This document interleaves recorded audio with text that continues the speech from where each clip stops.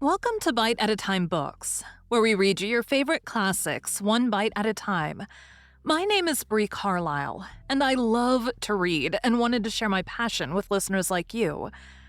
If you want to know what's coming next and get updates from me, Bree, sign up for our newsletter at biteatatimebooks.com. Be sure to follow the show on your favorite podcast platform so you get all the new episodes. Or you can follow the show on YouTube, where we have playlists for all the stories. We're part of the Bite at a Time Books Productions Network. If you'd also like to hear what inspired your favorite classic author to write their novels, and what was going on in the world at the time, check out the Bite at a Time Books Behind the Story podcast, Tuesdays, wherever you listen to podcasts. Today we'll be continuing The Scarlet Letter by Nathaniel Hawthorne.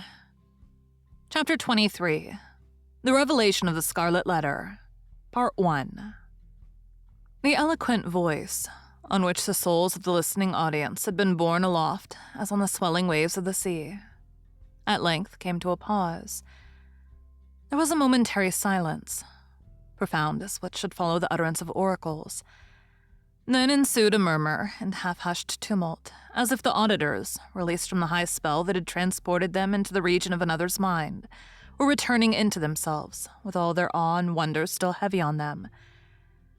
In a moment more, the crowd began to gush forth from the doors of the church.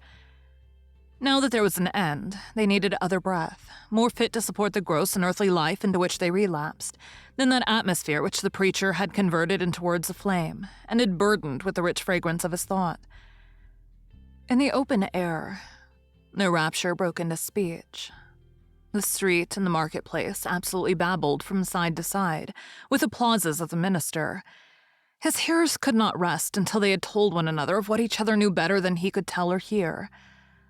According to their united testimony, never had man spoken in so wise, so high and so holy a spirit, as he that spake this day, nor had inspiration ever breathed through mortal lips more evidently than it did through his.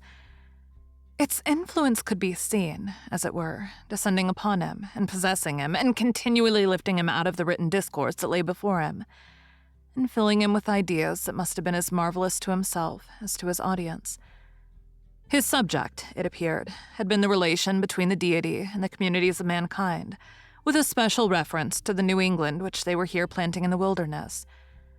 And, as he drew towards the close, a spirit as of prophecy had come upon him, constraining him to its purpose as mightily as the old prophets of Israel were constrained, only with this difference, that whereas the Jewish seers had denounced judgments and ruin on their country, it was his mission to foretell a high and glorious destiny to the newly gathered people of the Lord. But throughout it all, and through the whole discourse, there had been a certain deep, sad undertone of pathos, which could not be interpreted otherwise than as the natural regret of one so soon to pass away. Yes, their minister whom they so loved, and who so loved them all that he could not depart heavenward without a sigh, had the foreboding of untimely death upon him, and would soon leave them in their tears. This idea of his transitory stay on earth gave the last emphasis to the effect which the preacher had produced. It was as if an angel, in his passage to the skies, had shaken his bright wings over the people for an instant, at once a shadow and a splendor, and had shed down a shower of golden truths upon them.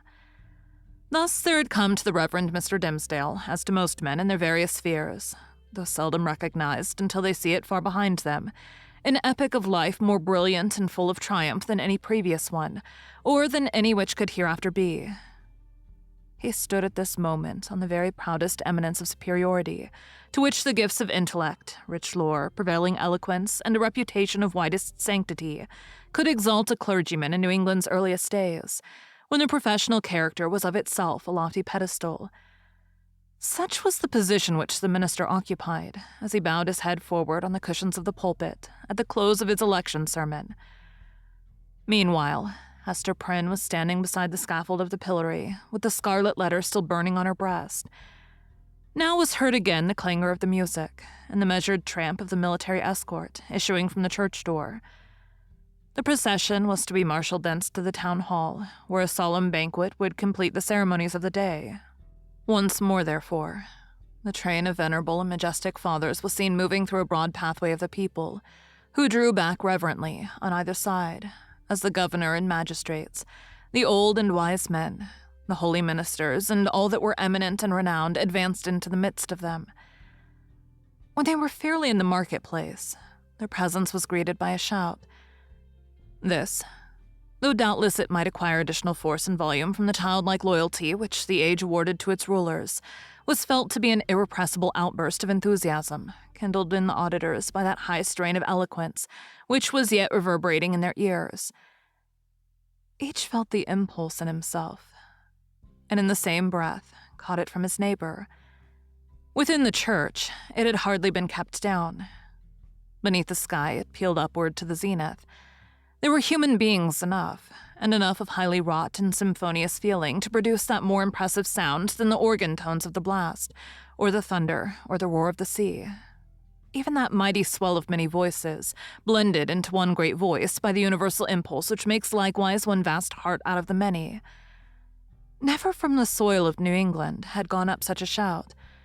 Never on New England soil had stood the man so honored by his mortal brethren as the preacher. How fared it with him then? Were there not the brilliant particles of a halo in the air about his head?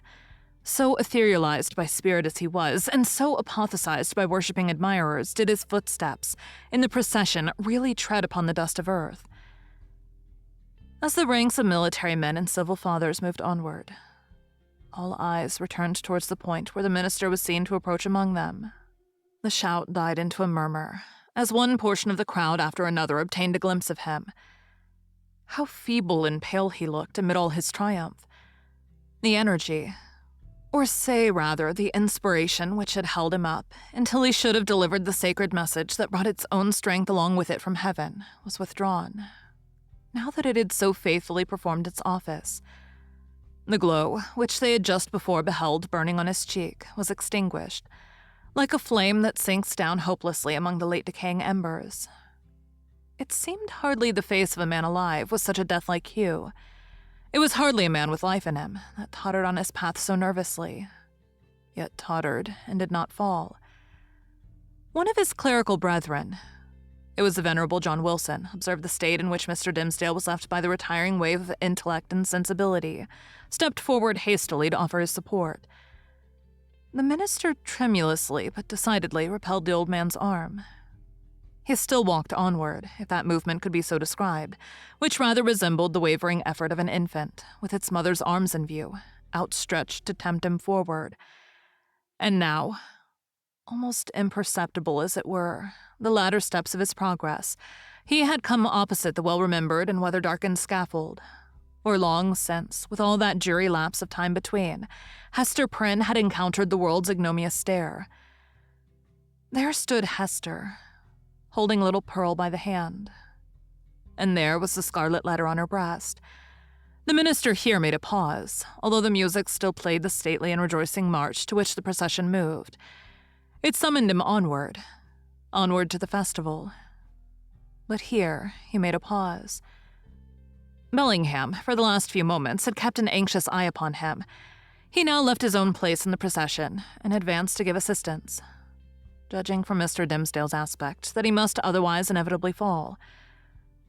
But there was something in the latter's expression that warned back the magistrate, although a man not readily obeying the vague intimations that pass from one spirit to another. The crowd, meanwhile, looked on with awe and wonder. This earthly faintness was in their view only another phase of the minister's celestial strength, nor would it have seemed a miracle too high to be wrought for one so holy, had he ascended before their eyes, waxing dimmer and brighter, and fading at last into the light of heaven. He turned towards the scaffold, and stretched forth his arms. "Hester," said he, "come hither. Come, my little Pearl." It was a ghastly look with which he regarded them, but there was something at once tender and strangely triumphant in it. The child, with the bird-like motion which was one of her characteristics, flew to him and clasped her arms about his knees. Hester Prynne, slowly, as if impelled by inevitable fate and against her strongest will, likewise drew near, but paused before she reached him. At this instant, old Roger Chillingworth thrust himself through the crowd, Or perhaps, so dark, disturbed, and evil was his look, he rose up out of some nether region to snatch back his victim from what he sought to do. Be that as it might, the old man rushed forward and caught the minister by the arm. Thank you for joining Bite at a Time Books today, while we read a bite of one of your favorite classics. Again, my name is Bree Carlile, and I hope you come back tomorrow for the next bite of the Scarlet Letter. Don't forget to sign up for our newsletter at biteatatimebooks.com. You can check out the show notes or our website, biteatatimebooks.com, for the rest of the links for our show. We'd love to hear from you on social media at Bite at a Time Books.